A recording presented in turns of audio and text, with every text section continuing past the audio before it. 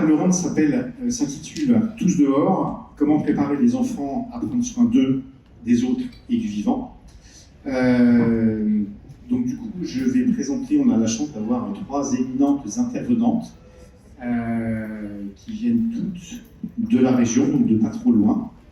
Alors je vais d'abord me présenter. Donc, moi je suis Loïc Fayet, je suis un activateur de la transition écologique et alimentaire sur la région lyonnaise et plus largement Auvergne-Rhône-Alpes, à travers les enjeux de la cuisine notamment, mais pas que. Et donc du coup j'accompagne des collectivités, des restaurateurs, des entreprises, des associations sur leurs enjeux de la transition écologique et ou alimentaire. Et du coup, j'ai le bonheur, donc j'anime souvent des tables rondes comme celle-ci, et donc du coup, j'ai le bonheur de pouvoir animer celle-ci, donc ça va nous prendre 1 heure. Et on a donc du coup 3 intervenantes. J'ai commencé par Sophie Imbert. Sophie Imbert, elle est chef de cuisine à la Ciné-Fabrique, qui est une école de cinéma publique à Lyon, dans le quartier de Vez, dans le 9e. Et elle a monté cette cantine à l'ouverture de l'école il y a 5 ou 6 ans. Voilà, et elle vous expliquera la particularité de l'alimentation et la cantine à la Ciné-Fabrique. On a Christine Adamsen, qui est d'origine danoise, qui est installée à Lyon depuis une vingtaine d'années, et qui a été enseignante et qui, depuis des années, s'occupe effectivement des sujets comment permettre aux enfants de pouvoir apprendre en dehors des murs, ou dehors. Voilà, donc elle a récemment accompagné les équipes de la petite enfance de la ville de Lyon. Elle a formé, je ne sais pas, une centaine de personnes, c'est ça ? 1000 personnes, voilà, de la petite enfance de la ville de Lyon sur justement ces enjeux de l'école dehors. Et puis on a la chance d'avoir aussi Isabelle, donc Christine est basée à Lyon, et Isabelle nous vient de la Drôme. Elle est fondatrice et elle a été longtemps directrice de l'école du Colibri à la ferme des Amanins, donc dans la galaxie de Terre Humanisme de Pierre Rabhi. Et donc du coup, elle a exercé pendant 16 ans. C'est une école qui donc fonctionne toujours. Isabelle en a quitté la direction. Pardon. Et voilà, mais donc du coup, elle a monté cette école et donc du coup, elle nous expliquera les particularités de l'école du Colibri. Moi, j'ai eu la chance d'y aller 3-4 fois. Et à chaque fois, c'est toujours une merveille de rentrer dans ces classes physiquement, parce qu'il s'y passe. D'abord, les classes ne sont pas organisées de la même façon que les classes classiques. Et voilà, et puis il s'y passe pas les mêmes choses non plus. Et puis, j'ai avec moi Alexandra, qui est co-organisatrice de cette table ronde, et qui, avec son mari Philippe, a monté, qui est là, gère l'image et le son, qui sont en train de monter un projet qui s'appelle Nos dehors, et qui a aussi cette vocation justement de comment on arrive à amener les enfants à se reconnecter au vivant, et notamment à travers, dans le cadre du projet Nos dehors, à travers notamment le sujet de l'alimentation. Voilà, j'ai terminé des brèves présentations. Ce que je voudrais, donc ça va durer 1 heure, on va laisser une quarantaine de minutes aux 3 intervenantes pour s'exprimer, et puis on aura quelques minutes pour pouvoir prendre des questions, vos réactions, vos commentaires en fin de parcours. Alors, ce que je voudrais, donc, vous allez voir qu'elles ont toutes des expériences dans cette direction de comment on amène les enfants, quel que soit l'âge, à reprendre conscience effectivement du vivant et comment on peut arriver par quels moyens on peut y arriver. Donc on va s'attacher justement à trouver, qu'elles nous expliquent à travers leur expérience ce qu'elles font, comment elles le font. Et puis dans une deuxième partie, je leur poserai la question de comment, c'est quoi les freins, puisqu'aujourd'hui c'est des expériences qui ne sont pas généralisées, ça n'existe pas dans toutes les écoles en France. Quels sont les freins au développement de ces pratiques.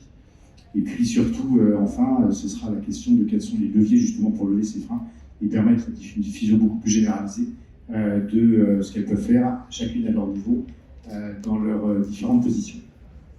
Alors je vais demander d'abord à Sophie que tu nous présentes un petit peu la cantine de la Ciné-Fabrique, comment tu l'as montée, pourquoi tu l'as montée de cette façon-là, et puis aujourd'hui comment ça fonctionne. Avec 5 petites minutes. Oui. Ça marche. Bonjour. Donc, la cantine de la Cinéfabrique existe depuis 6 ans. La Cinéfabrique donc, est une école publique de cinéma et d'audiovisuel qui s'est installée il y a 6 ans à Libar, mais qui existe depuis 8 ans, puisqu'elle était hébergée à la SEPR avant d'avoir son propre lieu. Et quand ce propre lieu a été défini, on était un petit peu isolé de la ville de Lyon. Et donc on s'est questionné sur l'alimentation qu'on allait offrir aux jeunes de l'école, en sachant qu'à l'époque déjà, il y a 6 ans, une partie d'entre eux mangeait une demi-baguette de pain à midi ou des pâtes lyophilisées. Et donc on s'est dit que dans une cantine un peu utopique, on allait leur faire des bons repas avec des bons produits et qu'on allait renverser un petit peu le problème de l'alimentation, au moins au sein de cette cantine. Qu'est-ce qui se passe à l'école? Donc on est à 100% bio quasiment. Alors je viens d'apprendre que la haute valeur environnementale était en fait du greenwashing, mais bon, on a quelques produits quand même à haute valeur environnementale. Qu'est-ce qui se passe donc dans cette cantine? On mange qu'un repas, enfin il n'y a qu'un repas qui est proposé avec une alternative végétarienne et même parfois halal, parce qu'on a pas mal d'élèves de confession musulmane. L'idée, c'est qu'il n'y a pas de choix, mais chacun va trouver un repas qui correspond à ses goûts. Donc, il y en a qui ne digèrent pas les oignons, donc ils vont avoir une petite salade sans oignons, etc. etc. Voilà. Pour mettre en œuvre cette cantine, comme c'est une école un petit peu... dont la pédagogie est un petit peu alternative et qui est basée sur le faire ensemble. Les élèves font le ménage le vendredi et du coup ils font la pluche tous les matins. Donc on les accueille à 8h jusqu'à 9h moins le quart, ils nous aident à éplucher les légumes. À 9h moins le quart, ils ont un petit café avec des tartines et du pain, du beurre et de la confiture faite maison. Et ensuite, ils vont donc suivre leur cours. À midi, ils reviennent nous aider pour le service. Et en échange, ils ont droit à des ateliers de cuisine, surtout au premier trimestre, pour leur donner les basiques, c'est-à-dire protéines végétales, une petite initiation aux légumineuses et également un atelier qui pourrait porter le nom de comment bien manger pour pas cher. Voilà, donc ça, c'est le premier trimestre. Après, il y a une petite formation sur l'hygiène parce qu'il y en a beaucoup qui vont faire à manger eux-mêmes sur les tournages des films. Donc là, c'est comment éviter d'empoisonner tout le monde. Donc les gestes vitaux. Et voilà. Et après, il y a des moments festifs comme le repas de Noël.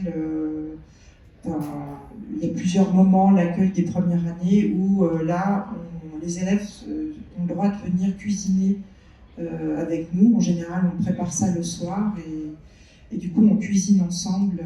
Mais là, la démarche, c'est plus quelque chose de festif et c'est tout à fait sur la volonté des élèves. Ceux qui n'ont pas envie ne viennent pas. Voilà. Alors que la pluche, c'est un des modules de l'école.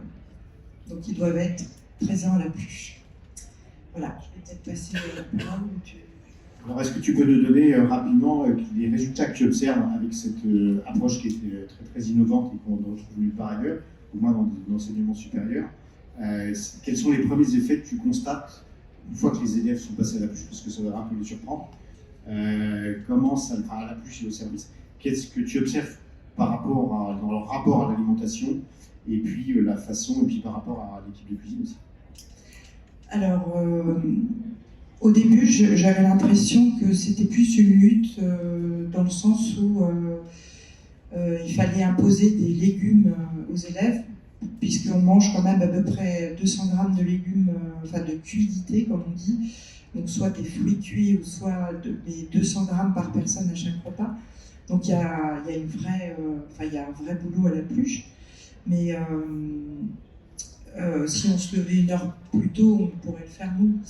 L'idée, c'était plus de les sensibiliser à l'alimentation, à qu'est-ce qui est bon pour la santé, leur faire découvrir les légumes. C'est-à-dire qu'enfin, surtout en début d'année, les remarques, c'est « Ah, tiens, c'est des carottes qu'on a épluchées ce matin ». Donc après, souvent, il y a des questions. Moi, quand je fais des carottes, comment je peux les cuire? Comment tu vas les faire? Donc ils s'intéressent au repas. Après, les élèves au service, ça c'est vraiment très intéressant par rapport au gaspillage.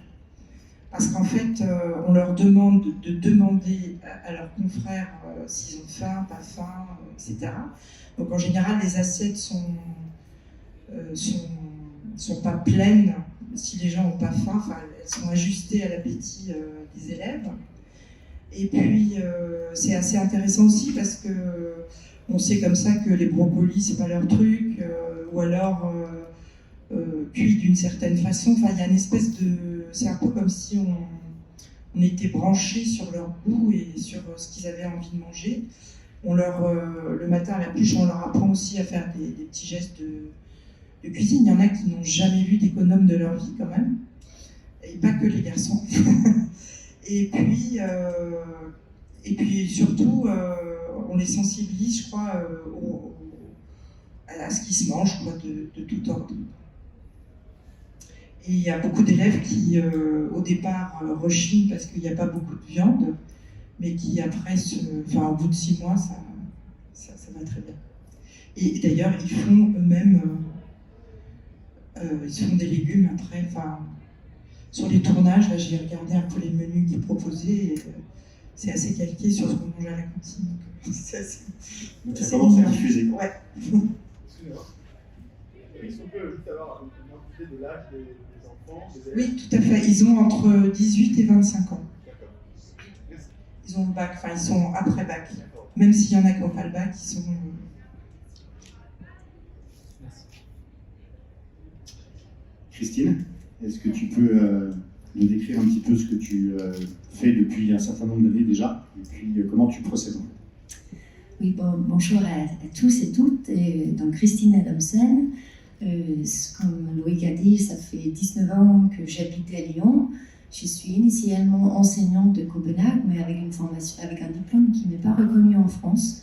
Donc j'ai dû me réorienter et j'ai choisi la petite enfance grâce à une rencontre que j'ai pu faire dans la crèche de mes propres enfants. J'ai des garçons qui ont 16 et 13 ans, où j'ai été parent bénévole et j'ai intervenu pour chanter des petites cantines en danois. Et puis une année, j'étais présidente aussi de l'association et j'avais proposé de mettre en place un bac à sable dans la cour de la crèche. Et ça a créé un énorme drame. Et c'est là où tout mon travail a commencé, cette confrontation entre ma culture danoise et celle de la France. Je me dis comment ça peut créer toute une histoire, un bac à sable. Parce qu'ici, on n'avait pas le droit, les professionnels ne voulaient pas avoir le sable dans la couche, et il y avait une histoire d'hygiène. Et puis, j'ai commencé à travailler dans des crèches, j'ai eu un diplôme éducatrice de jeunes enfants. Et une fois que j'avais mon diplôme français, toutes les portes se sont ouvertes. Donc j'ai travaillé dans beaucoup de crèches différentes. Et à chaque fois, j'ai été confrontée pour voir cette différence entre ce qu'on propose au Danemark et ce qu'on propose ici. Et il y avait beaucoup de choses qu'on n'avait pas le droit de faire ici. Et je me dis, mais pourquoi on n'a pas le droit de faire les mêmes choses en France qu'au Danemark? C'est le même, on est juste des êtres humains, c'est juste qu'on a deux cultures différentes. Donc j'ai pris contact avec Ocelia, qui est une école à Vez qui forme les professionnels de la petite enfance, parce que je me dis, il faut que j'aille à la source pour pouvoir sensibiliser. Et j'ai demandé si l'école avait envie de créer un partenariat avec Copenhague pour organiser des voyages à Copenhague pour amener les Français là-bas pour montrer en fait c'est possible, c'est pas très compliqué, ça coûte pas beaucoup d'argent, il faut juste des vêtements qui permettent d'aller dehors et voir que là-bas on se pose pas la question si on va dehors ou pas, on s'habille en fonction du temps. Et ça c'est un peu la base de tout. On a des écoles, en France, vous dites l'école de forêt. Là-bas, on ne dit pas ça parce que c'est pas une école. L'école commence que à partir de 6 ans. Donc, c'est les jardins d'enfants de 3 à 6 ans. Et 25% de l'offre ont lieu dans des forêts.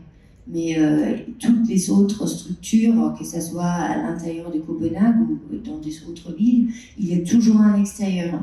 Parce qu'on ne peut pas imaginer un accueil avec les enfants, quel que soit l'âge, qui ne vont pas aller dehors. Donc ça, c'est tellement intégré dans notre culture. Donc j'ai commencé à organiser des voyages à Copenhague, et puis les professionnels français étaient très contents d'observer ce qu'ils ont vu. Et puis avec le Covid, tous nos voyages qu'on avait prévus ont été annulés. Donc Océlia m'a demandé, est-ce que tu peux faire venir un petit peu le Danemark en France? Donc j'ai créé une formation à destination des professionnels de la petite enfance, où je dis il faut que je connecte ceux qui travaillent avec les petits, déjà pour voir quels sont leurs propres liens avec la nature, quels sont leurs propres liens avec l'extérieur. Et puis j'ai organisé, créé cette formation. Et puis on a eu cette chance qu'avec la nouvelle municipalité, il y a l'élu en charge de la petite enfance, Michel Vasselin, qui est venu participer pendant 2 jours au même niveau, on peut dire, comme des éducateurs, des auxiliaires. Et suite à ces rencontres, il a proposé que j'intervienne dans toutes les crèches municipales à la ville de Lyon. Et c'est là où on revient à... Je viens de finir un cycle, il y a 50 crèches, donc toutes les professionnels, donc il y a à peu près 800 qui ont fait cette formation. Et c'est vraiment une formation qui est très ludique et très concrète. Donc j'apporte un petit peu la théorie pourquoi l'enfant a besoin d'aller dehors, et pas que l'enfant, parce que nous les adultes, on a besoin de ça aussi. Et puis je propose des activités ludiques très concrètes, mais je montre aussi qu'on n'a pas forcément besoin d'organiser et animer beaucoup de choses pour le tout petit. On peut aménager un extérieur qui permet de l'enfant de lui-même créer. Si l'extérieur est pas tout en bas de béton, s'il y a un peu de butte, et si vous laissez les enfants gratter dans la terre, jouer avec les cailloux, jouer avec les feuilles, et c'est là l'enfant il commence à s'épanouir à lui-même. Et puis en fait c'est ce qui se passe maintenant, parce que le retour de cette formation par rapport à ces professionnels de la ville de Lyon, c'est que maintenant ils autorisent les enfants à faire beaucoup plus de choses. Donc ça, c'est déjà un constat qui est très important. Et il y a aussi une sorte de lâcher prise. Tous ces interdits, il y avait plein de gens qui ne savaient pas pourquoi, en fait. Pourquoi on interdit autant de choses. Et puis c'est là où c'est intéressant de rencontrer avec des autres cultures pour se rendre compte. Tu peux nous expliquer justement ce que tu m'avais dit, justement, tu parles de lâcher prise.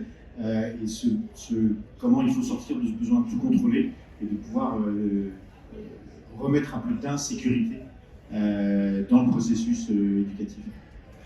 J'ai beaucoup parlé dans des pays nordiques, on parle du droit au risque, qu'en fait c'est plus risqué de surprotéger les enfants. Et puis on permet les enfants de grimper haut dans des arbres, parce qu'on s'est dit si la clé de tout, c'est la confiance. En fait, on fait confiance à l'enfant il va gérer. Et puis, quand l'enfant il grimpe dans un arbre, on lui dit mais c'est toi-même qui vas décider l'auteur, parce que tu vas sentir dans ton corps où sont tes limites. Donc, c'est hyper important. Et c'est de lâcher prise. Donc, c'est vrai pour certains professionnels, ça a été difficile. Mais pendant la formation, on a fait des choses. Il y a certaines qui vont grimper dans des arbres, on se roulait par terre. En fait, j'ai fait vivre pour eux-mêmes pour qu'elles s'aient rendu compte. J'ai dit elles parce que c'est une majorité de femmes. Elles s'est rendu compte, mais en fait, ça fait du bien de revenir à l'enfant à l'intérieur d'eux. Et puis, il y a plein de freins aussi, mais on y revient peut-être tout à l'heure. Mais il y a une conscience par rapport à ce lâcher-prise qui était important et permettre à l'enfant au droit au risque, parce que de toute façon, si tu dis à l'enfant qu'il n'a pas le droit, il va faire en sorte qu'il essaye, il teste. L'enfant, il est comme ça. Et ça, il y a des chercheurs, il y a notamment une norvégienne qui s'appelle Sanseter, qui a beaucoup travaillé sur le risque. et que l'enfant il va tester lui-même. Donc tant qu'elle est accompagnée par la confiance, bah, comme ça il y a pas tous ces accidents que beaucoup de gens ici croient. Et les accidents, non, il y en a quasiment pas. Super intéressant, merci Christine. Isabelle, est-ce que tu peux nous partager ton expérience du colibri? Comment tu l'as monté? Pourquoi tu l'as monté de cette façon-là? Parce que tu as eu la chance de pouvoir créer ton école. Voilà, puisque ça produit auprès des enfants donc, primaires, plutôt. Une école primaire donc, qui a ouvert en 2006. Donc, moi, je venais du circuit classique de l'école française. J'étais institutrice et l'opportunité, ça a été un lieu sur lequel il y avait une ferme. Et cette ferme était inspirée de la sobriété heureuse, le concept de Pierre Rabhi, pour ceux qui connaissent. Et donc, la sobriété heureuse, c'était de montrer aux enfants que déjà là sur place, il y a vraiment beaucoup de choses et qu'on n'a pas besoin de toujours aller chercher ailleurs. Et donc, l'idée, c'était que la ferme soit en autonomie le plus possible. Et donc, cette autonomie était assurée. Et notamment, il y avait un restaurant scolaire. Et on montait un projet de classe découverte. Et dans ce projet, un jour, on s'est sorti tout seul. Je dis, mais il y avait une école, en fait, on sera en classe découverte toute l'année. Et on m'a dit, bah vas-y. Voilà, c'est ça le début de l'école du colibri. Et être en classe découverte toute l'année, ça donne des enfants où c'est excessivement simple pour les enseignants de donner du sens aux apprentissages, parce qu'en fait, tout est visible dehors. Et à l'école, on ne fait que mettre en théorie ce qu'ils voient sous leurs yeux à l'extérieur. Alors, on n'est pas dans la ferme en permanence, hein, pour vous dire, les CPCE1 font les soins aux animaux toutes les semaines. Mais après, les plus grands, ils vont juste y aller à la pause de midi pour voir. En ce moment, par exemple, c'est l'agnolage. C'est tellement joli, ces petits troupeaux d'agneaux, donc là, ils vont en profiter, mais c'est pas toute l'année qu'ils font ça. Par contre, chaque année, ils vont faire du fromage, ils vont faire du pain pour réapprendre. Et un des centres à l'école pour faire le lien avec la cantine, c'est la cantine. C'est-à-dire qu'elle fait partie du projet. Et à la cantine des Amanins, voilà, ça fait des enfants qui apprennent à prendre que ce qu'ils ont envie de manger et non pas à remplir une assiette. Il n'y a que le pain qu'ils sont obligés de finir. Parce que le pain, on fait le processus de A à Z aux Amanins. Donc ils voient le paysan qui va le cultiver, qui leur explique comment il fait, tout le gasoil qu'il utilise pour d'abord le bourrer les terres, ensuite la semer, ensuite tout le travail que la nature fait pour faire pousser le blé, et puis ensuite il faut le ramasser, et là il y a encore un instrument qui arrive, puis ensuite on va le stocker dans des silos, les silos ça s'entretient pour pas qu'il y ait des cochonneries dedans, pour pas qu'il y ait des petites bêtes, voilà, ça demande vraiment du travail. Ensuite on a la meuleuse, on va faire notre propre farine, et après on a tout notre propre four à pain, et on fait le pain.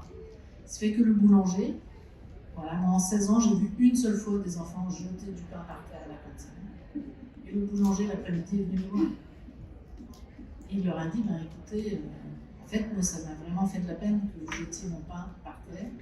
C'est un petit peu comme si je prenais, il y avait une pile de dessins, il dit, ben c'est comme si je prenais un dessin, là puis je le frappe et je le jette par terre. Ça vous ferait quoi? Voilà. Et cette prise de conscience du chemin qui a été fait, de la générosité de la nature qui est dans la gratuité, elle nous fournit tout le temps de la graine. Si elle peut faire le cycle du vivant, elle le fait, quoi. Et donc que les enfants soient sensibilisés à ça au quotidien et dans leur vie, nous on voit une grande différence en termes de prendre soin de la planète. C'est-à-dire ça donne des enfants qui ont la conscience que tout n'arrive pas de façon magique dans un magasin. En fait, ils savent où ça arrive. Il y a comme ça une année où le maraîcher avait raté ses pommes de terre et les carottes, donc on a mangé beaucoup de courges à la cantine. Et donc pour nous, ça a été très éducatif de leur dire, ben, voilà, regardez, le cuisinier, il va se fatiguer, il va la préparer de 1000 façons différentes pour changer le goût. Voilà, et puis bon, c'est resté un peu dans l'imaginaire collectif qui se transmet d'année en année à l'école du colibri, par le temps de la courge. Ça les a un peu marqué quand même, parce qu'on en a eu au dessert, en entrée râpée, en plat et au dessert, on a dit à la cuisine, là ça fait un peu trop quand même. Voilà, donc l'école du colibri est allée négocier qu'il n'y ait pas de légumes dans les gâteaux. On a des légumineuses. Voilà, donc les légumineuses ils veulent bien, mais les carottes, les betteraves rouges, ça c'est bon. On en mange déjà. Voilà. Après, il y a tout l'apprentissage aussi de la viande, parce que nous, comme on a un élevage, on fait du fromage. Donc, on est obligé régulièrement d'avoir des brebis et des vaches qui ont du lait. Donc, régulièrement, Elles ont des petits et on ne peut pas garder tous les petits parce qu'on n'a pas les moyens la surface n'est pas assez grande, on ne peut pas tous les nourrir. Voilà. Et donc toutes ces bases-là sont transmises aux enfants qui après choisissent ou pas de manger de la viande. Mais voilà, c'est évident qu'on crée plein de végétariens. Une fois qu'ils ont vu les bêtes, il y en a qui disent bon, tu me préviens quand c'est Marguerite, parce que c'est eux qui donnent les bons animaux. Je ne pas question de manger Marguerite. Donc il y a un vrai respect qui s'instaure, il y a une vraie connaissance de la chaîne alimentaire de l'île jusqu'à la fin. Et donc sur tout le reste, on est dans la même dynamique, c'est-à-dire que c'est une école hors les murs où on peut aller dehors, donner du sens. Et aujourd'hui, si on défend l'école du dehors, c'est vraiment dans ce sens-là. C'est pas que aller dans la forêt. C'est aussi simplement dire que les programmes de l'éducation nationale n'ont pas été inventés par quelqu'un dans un bureau. En vrai, pourquoi est-ce qu'on leur apprend la géographie? C'est parce que dehors, il y a de la géographie. Pourquoi est-ce qu'on leur apprend les sciences? Parce que dehors, dans la nature, tout s'explique en sciences. Pourquoi on leur apprend à planter des légumes? Parce que c'est ça dont on se nourrit. Donc en fait, le programme qui est à l'extérieur est venu à l'intérieur, mais pour lui donner du sens, il faut voir dehors comment ça se passe. Et effectivement, aujourd'hui, on se retrouve devant une génération d'enfants qui a du mal à faire confiance à la nature, ne pas en avoir peur, parce que leurs parents eux-mêmes en ont eu peur. Donc les questions qui reviennent beaucoup quand j'interviens, c'est ils vont être sales. Et alors? Enfin, c'est pas grave, mettez-les juste une tenue qui craint rien. Aujourd'hui, ils ont plutôt 10 pantalons au lieu de 3. Hein. Donc mettez-leur une tenue qui craint rien. Si ça vous rassure, dans le cartable, vous mettez une tenue de rechange et quand il rentrera, il se changera. Mais mettez effectivement des habits qui craignent rien. Que lui puisse y aller et se salir, parce que c'est un plaisir de se salir aussi. Il ne faut pas l'oublier. Essayez de vous rappeler, moi j'avais un fils, il me disait toujours, je ne sais pas, quand il y a une flaque, ça m'attire. Voilà, cette espèce d'élan vital qu'on a en chacun de nous, où ça donne envie d'aller toucher. Et comment ça fait quand on glisse, et comment ça fait quand on rappe, et on a besoin de savoir. Et sur le danger, nous on met 2 niveaux. C'est marrant, on rajoute le côté collectif avec les enfants.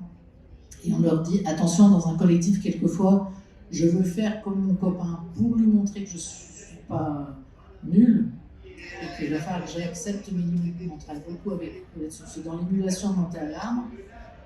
Quand ils sont en famille, quelquefois, il y a des enfants qui savent. Puis quand ils sont dans un collectif, se joue la comparaison entre eux. Et il y en a, ils vont dépasser leurs limites et se mettre en danger. Et c'est là où ça devient dangereux. Donc on va vraiment travailler beaucoup avec eux là-dessus, sur mais c'est toi qui dois trouver tes limites, fais bien attention, sois responsable. Tu as le droit de dire non, c'est ok quoi. Et ça c'est un travail en France qui n'est pas facile, parce qu'en France on ne sait pas très bien dire j'ai peur. On leur apprend beaucoup à dire qu'on a le droit d'avoir peur. Voilà, en gros. Du coup, juste pour un ordre d'idée, il passe sur une semaine, il passe combien de temps on arrive à estimer, enfin, j'imagine que ça dépend des saisons. Et globalement, on est arrivé à estimer le temps qui passe dehors. Nous, c'est tellement en transversalité que je ne sais pas le compter. Dès qu'il y a besoin d'aller dehors, on est dehors. On n'a pas besoin de demander la permission. On a 55 hectares à disposition. Donc, si tu veux, il va y avoir des semaines. Par exemple, le jour, il y a une question qui m'a été posée, est-ce que vous les sortez par tous les temps? Alors, j'ai dit, en fait, nous ici, on est aussi un tout petit peu malin. C'est quand il tombe des trompes d'eau, on ne sort pas. Puisqu'on peut sortir tout le temps. Mais si on était obligé de sortir et qu'on n'avait qu'une date, on sortirait même s'il pleut. Mais nous, on se paye le luxe de se dire là, c'est pas envie, on n'y va pas. Voilà, mais ça dépend quel est ce que c'est. Si c'est, on fait beaucoup de randonnées, beaucoup de courses d'orientation. Là, qu'il pleuve ou pas, c'est toujours de la course d'orientation, ils y vont. C'est facile. La fausse croyance que s'ils sortent par tous les temps, ça c'est la qualité de l'école du dehors. Non, n'oubliez pas votre bon sens. Enfin, c'est pas ça qu'on cherche. Ce qu'on cherche, c'est qu'ils aiment la nature. Donc si on les met dans des conditions d'entrée hyper désagréables, ils vont pas aimer. Donc on va les cocooner, on va les préparer, on va faire attention, puis on va se dire, est-ce que nous adultes on a envie? Enfin, moi aussi je dois dire non. J'ai envie de vous poser une question là, après ces premiers échanges. En quoi le contact avec le vivant permet-il aux enfants ou aux grands de pouvoir apprendre à prendre soin, notamment de leur santé, de la biodiversité? En fait, où est-ce que se joue en fait le lien entre je suis en contact avec la nature et j'aime bien vautrer dans les flaques et c'est quoi le lien entre ces activités-là, qu'elles soient éducatives ou même juste jouer, et le fait qu'effectivement ces enfants-là, d'après ce que j'entends, sont plus perméables et comprennent en fait, font plus attention. En fait. Moi, c'est ce que je comprends de ce que vous dites. Font plus attention d'abord à eux et puis aux autres. Où est-ce que ça se joue?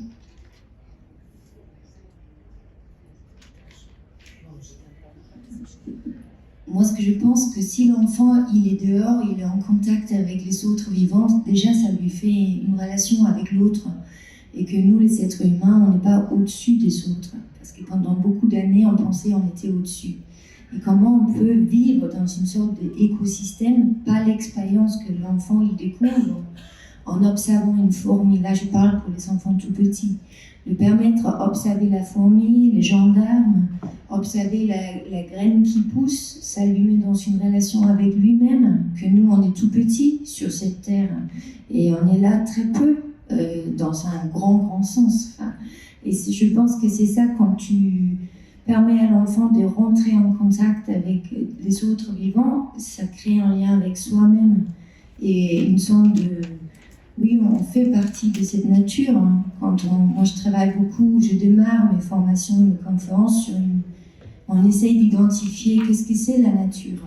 Et on va voir, c'est un mot qui est très vaste, tu peux pas donner une réponse, et que, en fait, au final, nous, on est nature nous-mêmes.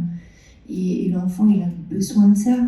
Pour moi, c'est primordial pour une question philosophique, éthique, qu'on n'est pas au-dessus des autres et on a tous besoin d'être là. Du coup, ça me fait dire une question, est-ce qu'on sait à partir de quel moment l'enfant se dissocie et rentre dans la dichotomie instituée par Descartes où en fait, on s'extrait de la nature? Est-ce qu'il y a un âge à partir duquel cette conscience-là vient et qu'on finit par se sentir hors de la nature?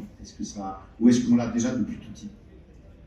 Moi, je pense que l'enfant l'a assez naturellement, mais que si il n'a pas accès à la nature, vers 6-7 ans, quand il va se décentrer, le moment où le reste du monde apparaît. 6-7 ans, c'est là, jusqu'à 6 ans à peu près, il est auto-centré, il est en train de construire l'intérieur, il a déjà beaucoup de travail, et dehors, c'est la meilleure formation du monde. Il a tout ce qui est en proprioception à apprendre, il a besoin de bouger avec son corps. Nous, aujourd'hui, dans les écoles, à partir du CP, on voit les catastrophes, mais vraiment, pour moi, c'est très alarmant, que crée le contact avec le dehors pour beaucoup d'enfants qui passent trop de temps assis devant un écran, quel que soit l'écran. Et que du coup, ils n'ont pas le temps, en fait, parce qu'ils ont tellement de choses à développer avec leur corps qui leur permettent d'avoir des repères en 3 dimensions. On se retrouve avec des enfants qui ont des repères en 2 dimensions. Et ça ne suffit pas pour aborder le devant, le après. Donc quand j'apprends à compter, il faut que je sache ce qu'il y a avant, ce qu'il y a après, mais je ne l'ai pas. Le dessous, ils ne l'ont pas intégré physiquement. Et c'est ça, de 0 à 3 ans, ils n'ont que ça à faire. Mettez-les dehors avec un rocher, regardez ce qu'ils font. Ils passent leur journée à monter dessus, redescendre. Et leur corps, et ça, c'est pas intellectuel avec des mots, c'est dans le corps que ça s'inscrit, c'est sensoriel. Donc il faut que l'enfant l'expérimente plein de fois pour être capable de dire « Ah là, non, j'y vais pas ». Mais s'il n'a pas testé, il ne le sait pas, ça donne des enfants qui montent en haut d'un toboggan et qui hurlent. Parce que tout d'un coup, ils ont très peur. Mais un enfant qui sait, déjà en montant les marches, il sait s'il continue à monter ou pas. Il a des repères dans son corps pour dire « Oula, là, je suis trop grande, enjambée, ça va pas ». Et donc, tous ces repères-là, vers 6-7 ans, quand ils se descendent, si la nature, il ne la connaît pas, qu'il est entouré de parents qui disent « Ah, mais tu vas être tout sale. Attention, ça peut faire mal. » Ou « Cette plante, touche pas la bête, on ne sait jamais. » Du coup, il en a peur. Et s'il en a peur, et que son entourage lui dit que c'est dangereux et que ça salit, ben, il va s'en écarter.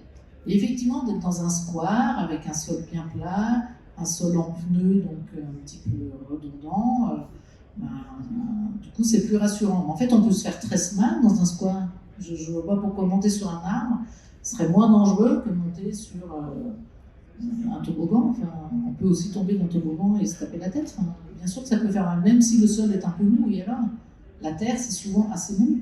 C'est sur un rocher que c'est grave. Vous savez très bien que tous les enfants peuvent se cogner sur une porte. Là, on pourrait dire ce montant, là, il est hyper coupant. Le montant de cette porte, c'est hyper grave. on va pas mettre de la feutrine de partout, c'est infernal. Il faut apprendre à vivre avec l'environnement. Et l'environnement dehors, nous, on met beaucoup d'importance à laisser les enfants voir qu'il est bon pour eux. Voilà, l'environnement, il est bon pour nous. Il est dans la gratuité, il fait son cycle de vie du début jusqu'à la fin. Nous, les enfants, souvent, ils disent, tu te rends compte, cette petite fleur qui était derrière le rocher, si je ne l'avais pas vue, personne ne l'aurait vue. Et elle a fait tout son cycle. Voilà, elle a bien fait attention, elle s'est appliquée. Donc nous, en tant qu'êtres humains qui sommes tout petits, on a aussi ça à faire.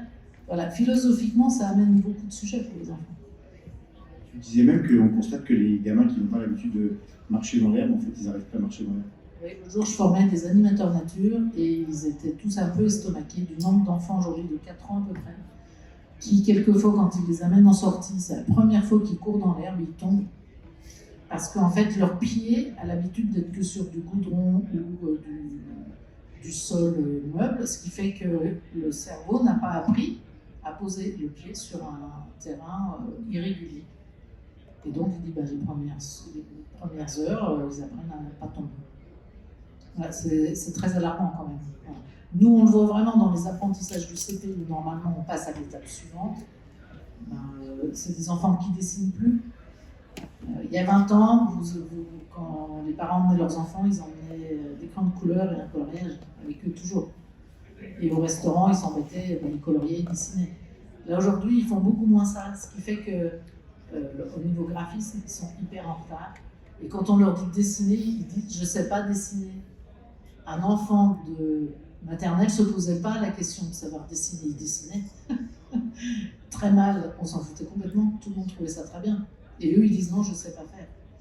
Voilà, donc il y a tout ça qu'il faut remobiliser. Alors, ce n'est pas tous les enfants, évidemment, mais nous, on voit une baisse de niveau assez évidente. Et moi, je travaille avec des psychomotriciens qui sont assez affolés parce que leur cabinet regorge de rendez-vous pour des enfants qui vont faire de la psychomotricité et des enfants qui n'ont aucun handicap, qui n'ont pas assez bougé. Et puis ça me fait penser, je suis allée au parc de la Tête d'Or il n'y a pas longtemps, j'ai vu une fille qui avait, je ne sais pas, 7 ans peut-être, qui a couru et d'un coup elle s'arrête, elle a vu un écureuil et elle crie à son frère « Oh, il y a un écureuil !» Je ne savais pas que ça existait en vrai. Et ça montre, et le frère il s'est tourné, il lui dit bah tu es bête, mais en fait qu'est-ce que cette anecdote, ça montre que cet enfant pensait que peut-être elle avait vu un dessin animé ou sur les écrans, mais elle ne savait pas que ça existait en vrai. Donc ça me fait penser aussi comment on peut laisser l'enfant être dans la nature proche. On n'a pas besoin d'aller voir les girafes au parc de la Tête d'Or, les écureuils, c'est encore plus peut-être exotique. En tout cas, mettre en lien à la nature proche, je pense que c'est ça qui est le plus riche pour l'enfant. Merci Christine. Sophie, par rapport à cette question-là, est-ce que tu peux... l'expérience est très intéressante et montre un certain nombre de résultats positifs à la fois sur l'alimentation des étudiants, leur envie de faire, leur envie d'apprendre, puisque tu fais aujourd'hui des ateliers de cuisine pour eux. Qu'est-ce qui fait que qu'est-ce qu'il faudrait faire pour que ce type d'approche soit généralisé dans les collèges, pourquoi pas dans les écoles primaires, d'ouvrir la cuisine comme tu le fais, pas toute la classe à chaque fois, mais quelques élèves qui viendraient sur le modèle de ce que tu as montré à CDFRE. Qu'est-ce qui permettrait de pouvoir... où est-ce que sont les freins et où est-ce que sont les leviers pour permettre justement cette expérimentation qui me semble extrêmement intéressante dans à la fois la qualité qu'ils ont, enfin le rapport qu'ils ont avec la nourriture, le rapport aussi, tu me le disais, qu'ils ont avec les personnes qui font le repas. Donc du coup, c'est des gens qui ne sont plus invisibles, alors qu'ils pouvaient l'être avant.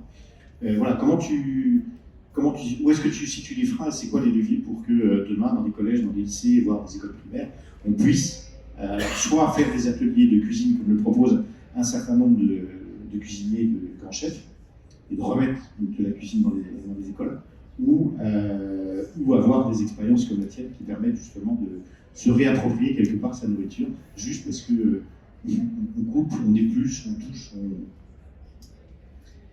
Je dirais qu'il y a plusieurs choses.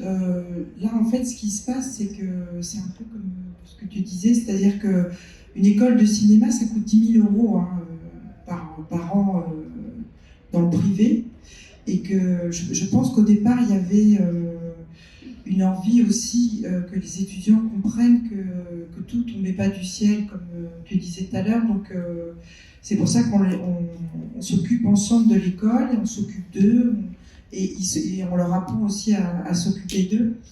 Peut-être que du coup, le fait que ce soit une école un peu alternative, ça permet des choses qu'on ne pourrait pas faire dans d'autres écoles. Après, au départ, nous, c'était beaucoup l'hygiène, la fameuse hygiène. Donc tous les élèves ont des petits chaussons en tissu, une charlotte et un tablier. Évidemment, pendant le Covid, ils avaient tous des masques. On leur apprend à se laver les mains, enfin, à faire les gestes essentiels par rapport à ça. Mais en fait, il n'y a jamais eu de souci. Il y avait les couteaux aussi, le fait qu'ils touchent à des couteaux. Donc, moi, au début, je ne voulais pas qu'on aiguise les couteaux parce que j'avais peur qu'ils se coupent. Et puis en fait, ça arrive, hein, moi aussi, ça m'arrive régulièrement, mais enfin, il n'y a jamais eu de drame, quoi. Donc je pense qu'il y a tout un imaginaire autour de l'hygiène, ensuite autour du fait que on est habitué en fait à être servi, quoi. On va au restaurant, il y a des gens qui font à manger, les gens ne savent plus faire à manger. Enfin, on évolue dans une société où de plus en plus le repas n'est plus une préoccupation personnelle. Donc je pense que dans beaucoup de cantines, il y a des ombres comme ça qui préparent à manger, mais le fait de faire à manger et de se nourrir a perdu de son importance. Si tu allais voir un principal de collège, par exemple, si je prends juste cet âge-là, ou un directeur d'école, tu lui dirais quoi pour qu'en fait il tente au moins l'expérience que tu fais tous les jours et qu'il s'aperçoive, qu'il observe lui-même les résultats sur l'école et sur les élèves?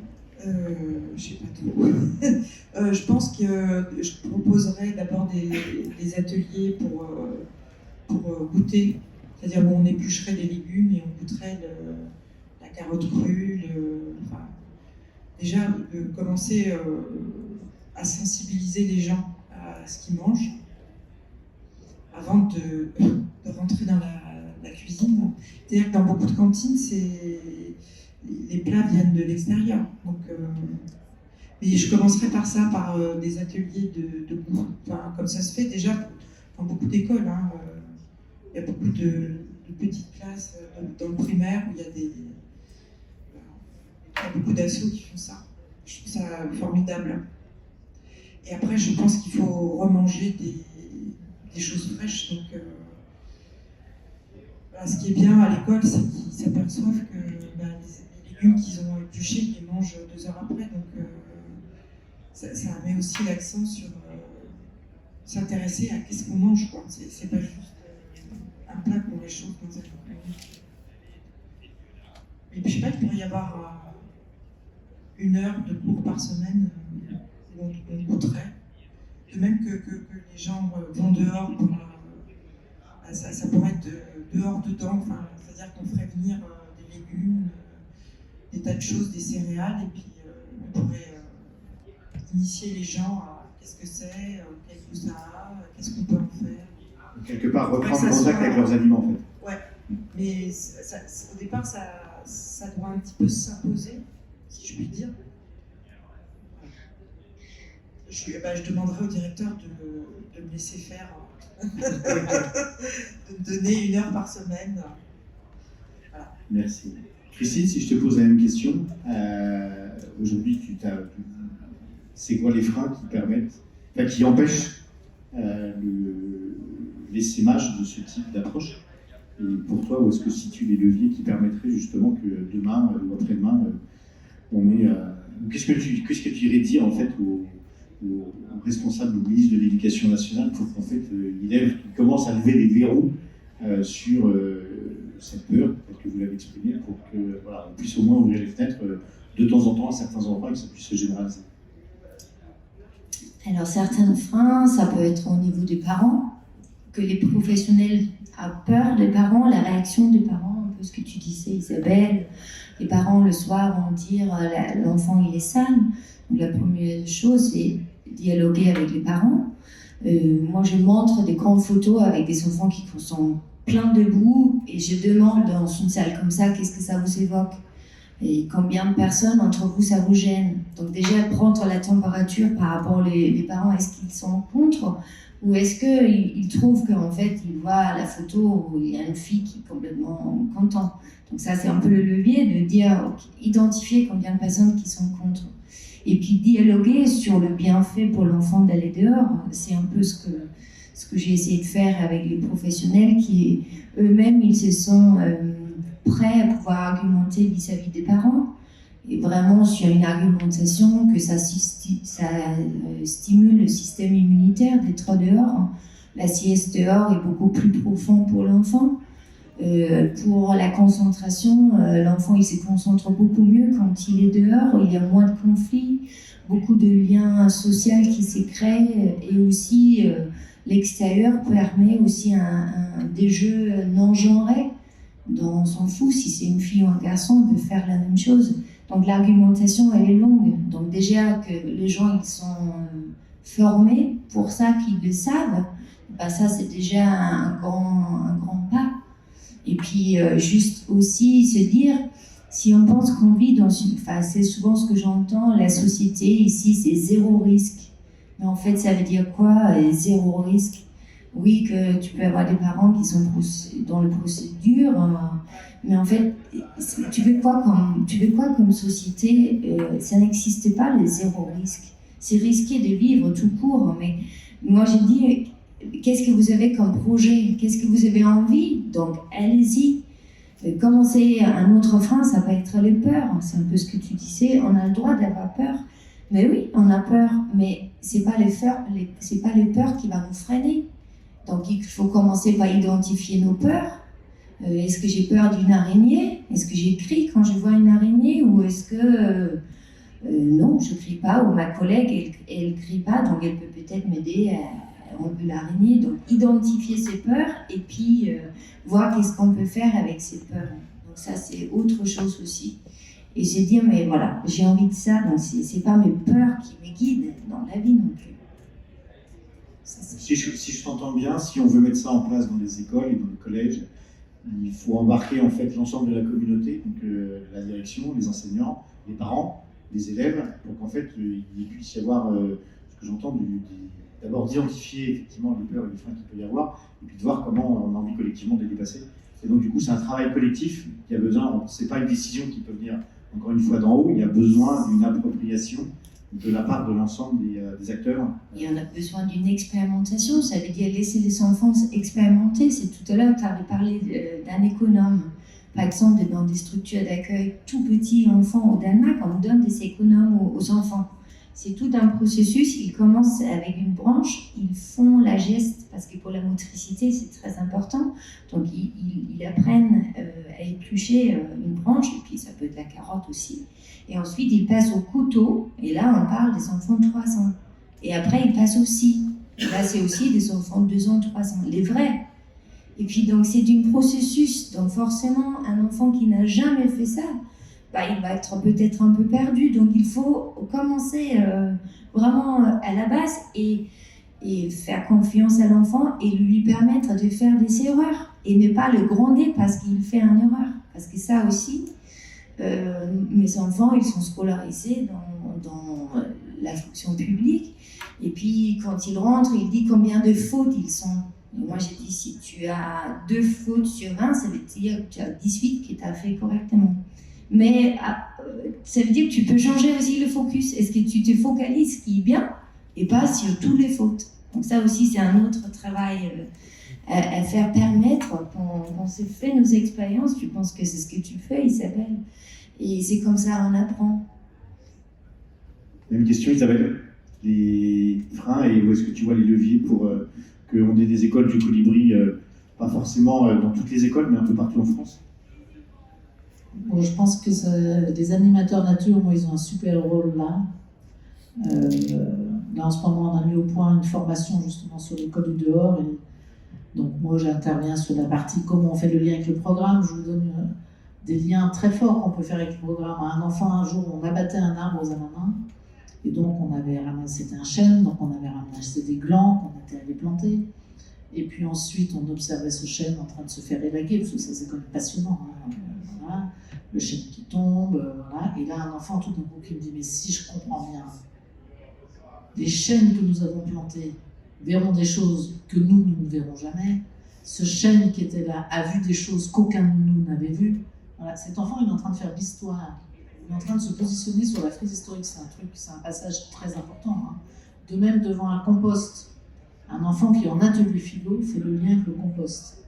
En disant, parce qu'on parlait du mensonge, est-ce que c'est bien ou pas de dire des mensonges? Tous les enfants disent, oh ben non, c'est pas bien de dire des mensonges quand même. Puis à un moment, il y a une petite fille qui se lève et qui dit, bah si, moi j'ai vu un film, c'était, il y avait des nazis, et puis il poursuivait un petit garçon, il y a une dame qui a dit, il est parti par là, alors qu'en vrai, il était parti de l'autre côté. Donc elle a menti, mais c'était bien. Et là, il y en a qui disent, oui, c'est comme le compost. Quand tu le vois, tu te dis, bah, parce que nous, on est avec des toilettes sèches partout. Hein. Il y a de l'ombré-compostage, le premier niveau, bah, c'est dégoûtant. Et après, ça donne une super terre, c'est un mensonge. En fait, le compost va donner quelque chose de merveilleux qui va permettre d'enrichir le reste, et qui va redonner de la vie. Et donc, c'est de donner aux enfants cet accompagnement du cycle du vivant. Et donc, d'abord d'emmener la génération des enseignants. Alors, il y a ceux qui le connaissent déjà. Donc, ceux-là, s'ils sont dans les écoles, c'est à eux d'emmener leurs collègues. Mais il faut d'abord partir avec des gens qui aiment la nature et qui n'en ont pas peur, pour leur faire vivre des expériences. Parce que si vous avez vécu dans la nature cette expérience du « waouh » devant un paysage, ça se transmet pas, ça s'expérimente. La découverte d'animaux, puis quand vous êtes avec un animateur nature, moi j'adore sortir avec eux parce qu'ils ont plein de connaissances sur les plantes. Ah, tel oiseau, ah ben là, c'est un chant d'amour, il est en train d'appeler sa belle. Ah bon, du coup, on se met à écouter. Voilà. Toutes ces très belles choses qu'on voit dans le vivant, de s'en émerveiller. Et une fois qu'on a l'émerveillement, peut-être sale, ça ne devient pas très important. Merci bien. On arrive à la fin de cette table ronde. Est-ce que parmi vous, il y a des gens qui ont des questions, des commentaires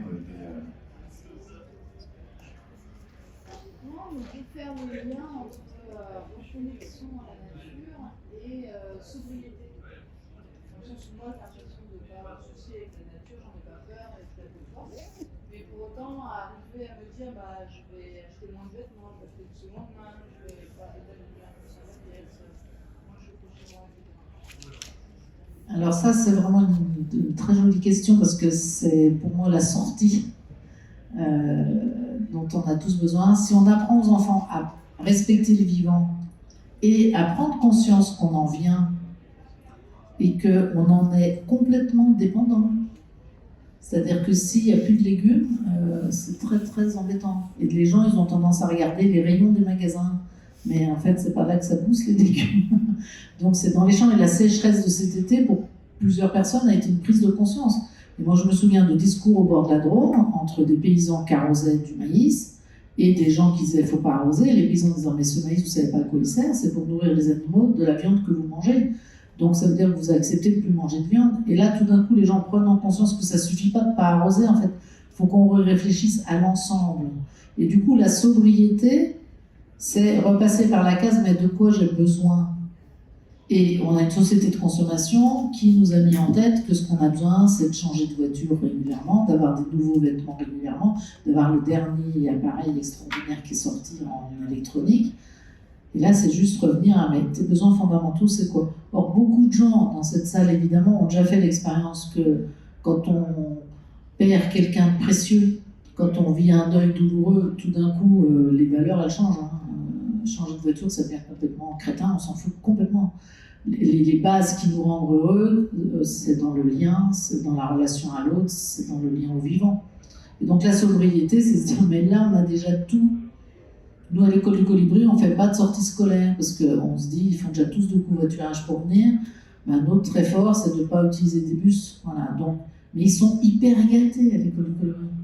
Il y a tout le temps des choses extraordinaires. Tout d'un coup, on a trouvé un nid de loriot. Après, on a trouvé tous les... Enfin, je sais pas, au moins une fois par semaine, ils s'émerveillent de quelque chose de nouveau dans la nature.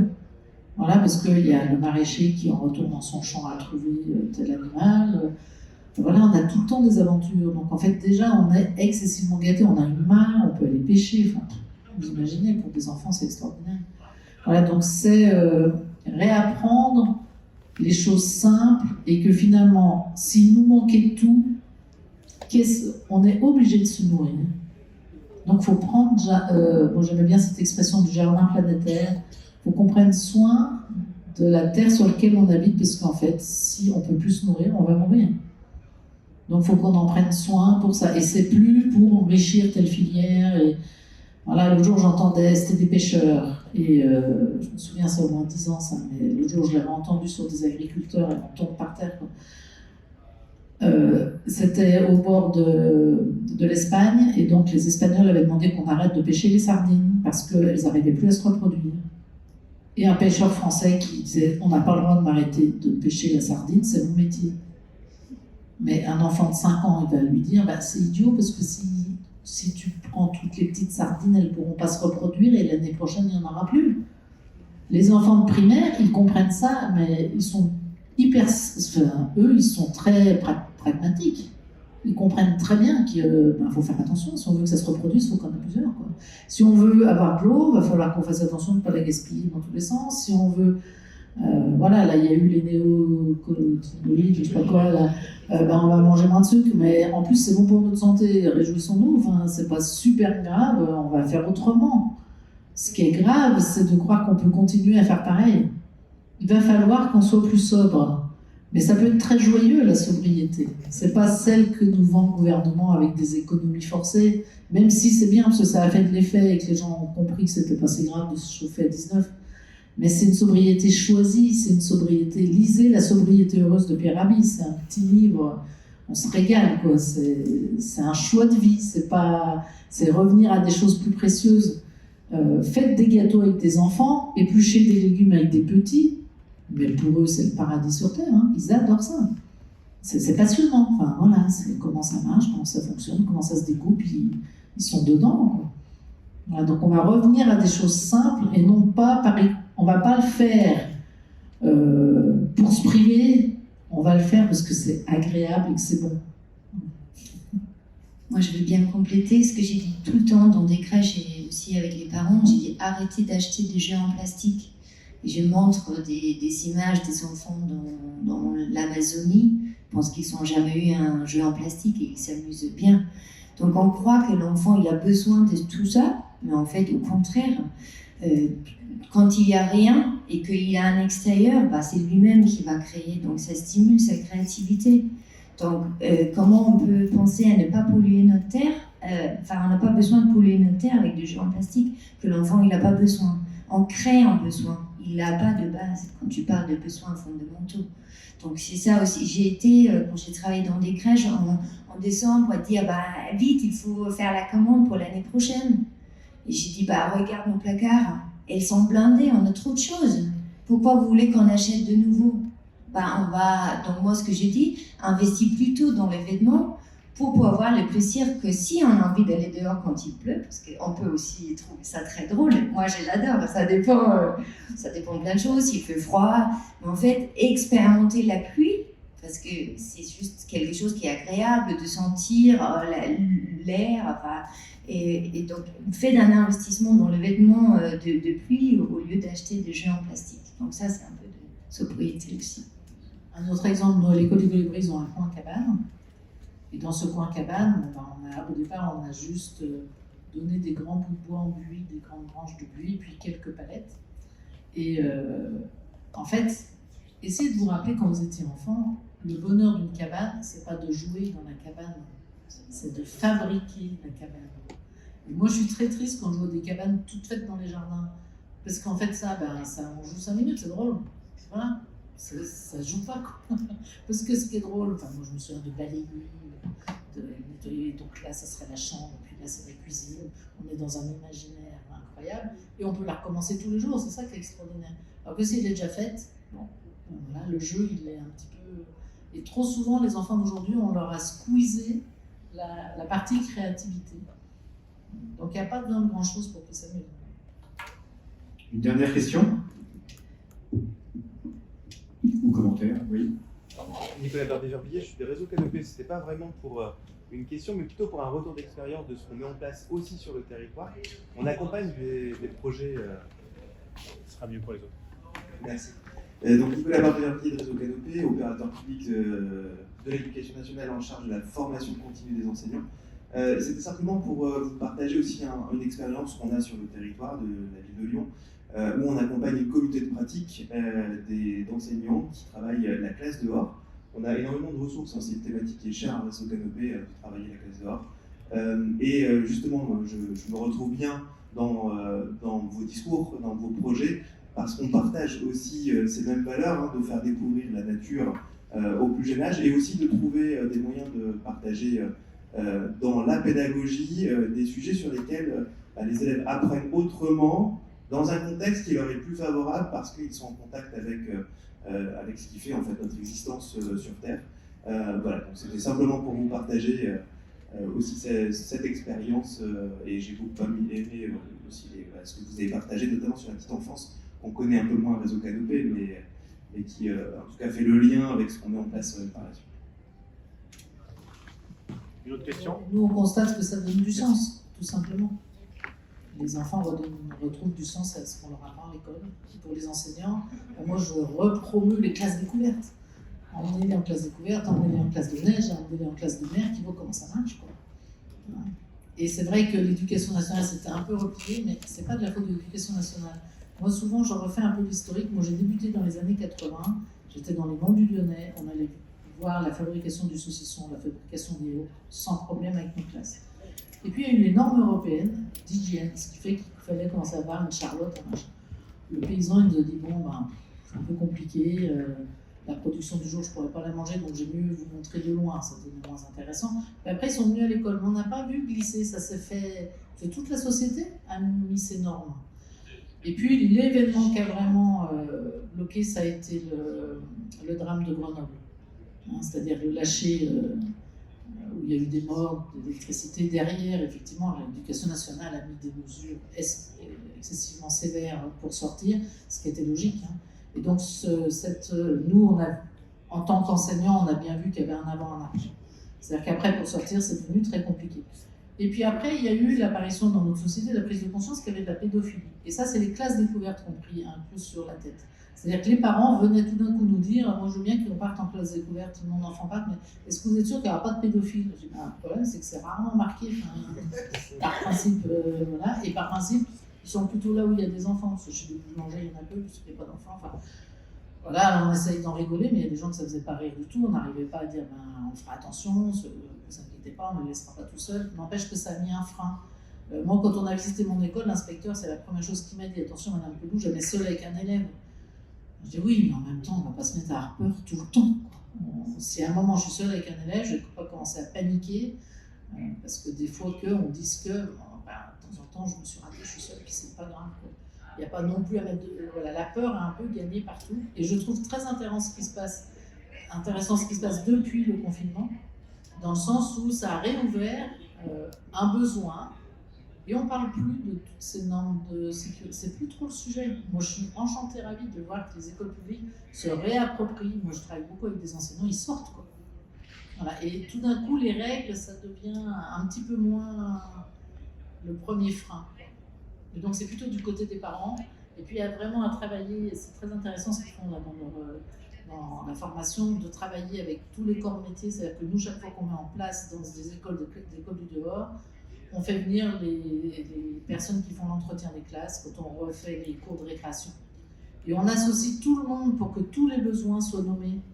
Et que la personne qui fait le ménage, tout d'un coup, on va lui faire rentrer plein de terre dans l'école, qu'elle puisse dire, non, alors, du coup, on va trouver un système pour que tous les enfants enlèvent leurs chaussures et mettent des chaussons. Enfin, il faut tenir compte des besoins de chacun. Voilà. Et ça, c'est vraiment très intéressant de remettre tous les métiers au centre et de revoir d'abord la dureté de chaque métier, du coup de son utilité. Et on revient à quelque chose de beaucoup plus simple. Pareil. En fait, quand on a monté ce projet alimentaire, on se disait que c'était un petit peu, une mission, quoi. Que ça soit pas juste une école où les gens viennent recevoir un savoir, mais ça soit aussi un endroit où ils apprennent à devenir les citoyens de demain. C'est des gens qui vont faire des films, qui ont l'habitude de travailler ensemble, enfin, ils sont appelés à travailler en collectivité. C'est-à-dire que sur un plateau de tournage, il y a quelquefois 20, 30, 40 personnes, donc c'est pas... Donc déjà apprendre il y a beaucoup de choses dans l'école qui a cet axe-là, de voir d'où viennent les choses, qu'est-ce qu'on en fait, qu'est-ce qu'elles font après. Enfin, c'est vrai que c'est important. En plus, je pense que quand on fait à manger pour 140 personnes tous les jours, c'est important de se poser la question de qu'est-ce qu'on leur donne à manger. Parce que quand même 140 personnes, ça peut avoir un véritable écho sur l'agriculteur qui n'est pas très loin. C'est dommage de ne pas profiter de ça pour essayer de faire bien. Merci Sophie, merci Christine, merci Isabelle. Si je voulais résumer d'une phrase, alors est-ce que vous avez un mot de conclusion chacune? Et puis on va terminer là. Sortez, ouais. Alors moi j'avais envie de résumer la conclusion de cette table ronde par une formule qui pourrait ressembler à sortons dehors si on veut arriver à arrêter de continuer à fabriquer la fameuse fabrique des crétins, qui est le titre de livres assez récents, réfugiés derrière nos écrans et à l'intérieur de nos maisons. Et du coup, peut-être que pour éviter de continuer à fabriquer des crétins, il faut qu'on sorte tous dehors, les enfants, les enseignants et puis les familles et les parents. Merci beaucoup pour votre attention, pour votre venue. Et puis, si vous voulez continuer à discuter avec les intervenants, ce sera avec grand plaisir. Merci bien.